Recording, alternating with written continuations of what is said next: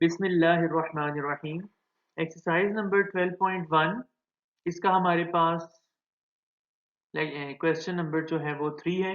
इसकी स्टेटमेंट है कि स्टेटमेंट पढ़ने से पहले ज़रा मैं आपको ज़ुबानी बता दूं इसका बेसिक आइडिया। इस सवाल में हमारे पास 3 नॉन कोलिनियर पॉइंट्स होंगे P Q and R. Non collinear points ऐसे पॉइंट्स होते हैं जिनको मिलाने से एक स्ट्रेट लाइन सीधी लाइन कभी भी नहीं बनती। तो हमारे पास 3 विलेजेस हैं, 3 गांव हैं जो एक पोजीशन पी पर हैं, दूसरे पोजीशन क्यू पर हैं और तीसरा गांव जो है वो पोजीशन आर के ऊपर है। अब ये तीनों गांव वालों की मीटिंग हुई और इन्होंने डिसाइड किया कि भाई हम इन तीनों गांव के दरमियान में किसी जगह पर, किसी ऐसी जगह पर एक पब्लिक पार्क बना देते हैं, चिल्ड्रन पार्क बना देते हैं जो तीनों गांव वालों से इक्वी डिस्टेंट हो। जो पी जो उसका जो डिस्टेंस हो गांव पी से, विलेज पी से, वही उसका डिस्टेंस हो विलेज क्यू से और वही उसका डिस्टेंस हो विलेज आर से। तीनों विलेजेस से अगर देखा जाए तो वो इक्वल डिस्टेंस के ऊपर मौजूद हो, एक जैसे फासले तीनों को नजर आए। तो इस मसले को हमने हल करना है कि वो कौन सा पॉइंट है कि जिसके ऊपर ये पार्क बना दिया जाए और वो तीनों गांव वालों से बराबर फासले पर हो जाए। तो इसकी स्टेटमेंट है, three villages P Q and R not on the same line.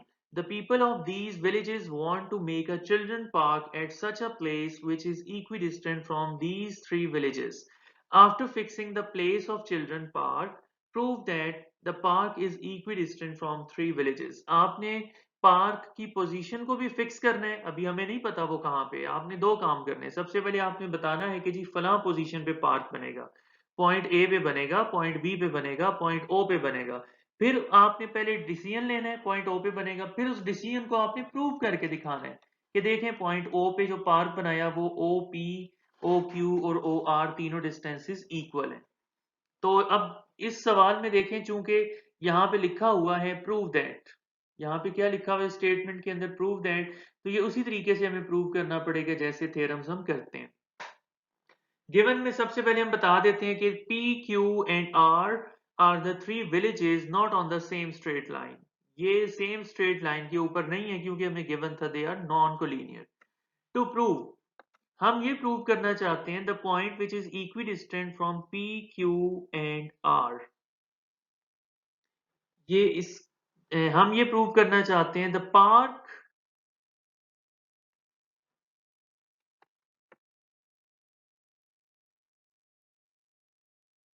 इस टू प्रूव की तरफ हम दोबारा वापस आते हैं। जरा इसकी वर्डिंग मैंने ठीक नहीं लिखी है, टाइपिंग की इसमें कुछ मिस्टेक है, जरा कंस्ट्रक्शन कर लें फिर हम इसमें बताना चाहते हैं। आप वैसे मैं बोल देता हूँ, आप लिख लें तो बेहतर है कि we want to prove that the park created at point, we want to prove that the park created at point O will be equidistant from P, Q and R।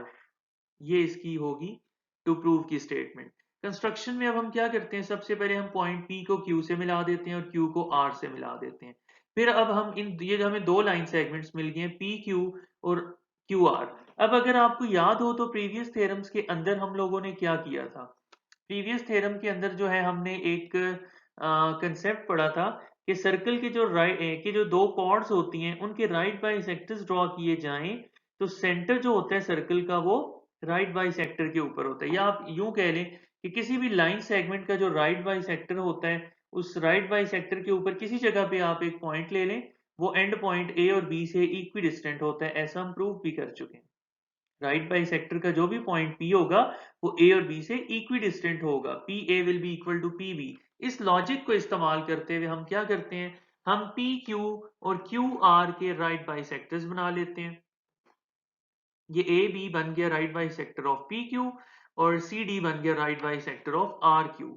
अब हमने पढ़ा है कि ये जो राइट बाइसेक्टर्स का point of intersection होता है, आप ना असल में इस एक्सरसाइज के पहले दोनों सवाल भी देखिएगा इसको समझने से पहले, ये तब आपको समझ आएगा। आप इमेजिन करें कि पी क्यू आर में से हमने पढ़ा था कि सिर्फ एक ही सर्कल पास कर सकता है।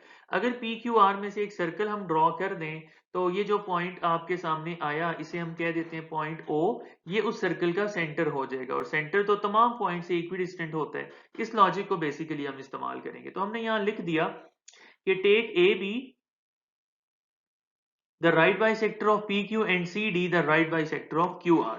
उसके बाद A, B और CD हमने बता दिया ये दोनों इंटरसेक्ट करते हैं पॉइंट O के ऊपर।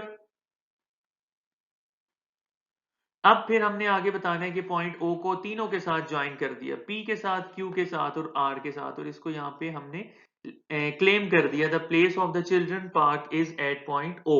अब हमने प्रूव करके दिखाना है कि ये O इक्वी डिस्टेंट है from P, Q and R। अगर इस चैप्टर के सारे थ्योरम्स आपने समझे हैं, मैंने इसको बहुत ज्यादा एक्सप्लेन नहीं किया क्वेश्चन को डेप्थ में जाके, अगर इस चैप्टर के थ्योरम्स आपने समझे हैं, एक्सरसाइज के 12.1 के प्रीवियस दो क्वेश्चंस भी आपने देखे हैं, तो ये इजीली आपको समझ आ जाएगा, और बल्कि इसका प्रूफ आप खुद भी कर सकते हैं, लेकिन मैं भी आपको करवा भी देता हूं। देखिए, हमने पढ़ रखा है कि राइट बाइसेक्टर्स का जो भी पॉइंट होता है वो एंड पॉइंट ए और बी से इक्वी डिस्टेंट होता है। अब यहाँ पे सिचुएशन ये है कि आपके पास एक लाइन सेगमेंट है पी क्यू, उसका एक राइट बाइसेक्टर है ए बी। तो राइट बाइसेक्टर ए बी का जो भी पॉइंट होगा, फॉर एग्जांपल पॉइंट क्यू, वो इक्वी डिस्टेंट होगा पी से और क्यू से। तो पता चला O P will be equal to O Q, and for the same reason O Q is equal to O R. तो ये हम पहले पढ़ चुके हैं, इन दोनों के कंपैरिजन से पता चला तीनों डिस्टेंसेस इक्वल हैं यूजिंग ट्रांजिटिव प्रॉपर्टी, क्योंकि कॉमन एलिमेंट इनका ओ क्यू है। ठीक है, ओ पी और ओ आर दोनों ओ क्यू के इक्वल आ रहे हैं, तो मतलब वो आपस में भी इक्वल हुए। तो हेंस अब आपको नजर आ गया कि पॉइंट ओ इन तीनों से जो है पॉइंट्स से इक्वी डिस्टेंट है। तो पता चला O is equidistant from P Q and R. और अगर जो है एक पब्लिक पार्क, चिल्ड्रन पार्क बना दिया जाए पॉइंट ओ पे, तो तीनों जो गांव के अंदर लोग रहते हैं उनको वो इक्वल डिस्टेंस के ऊपर नजर आएगा।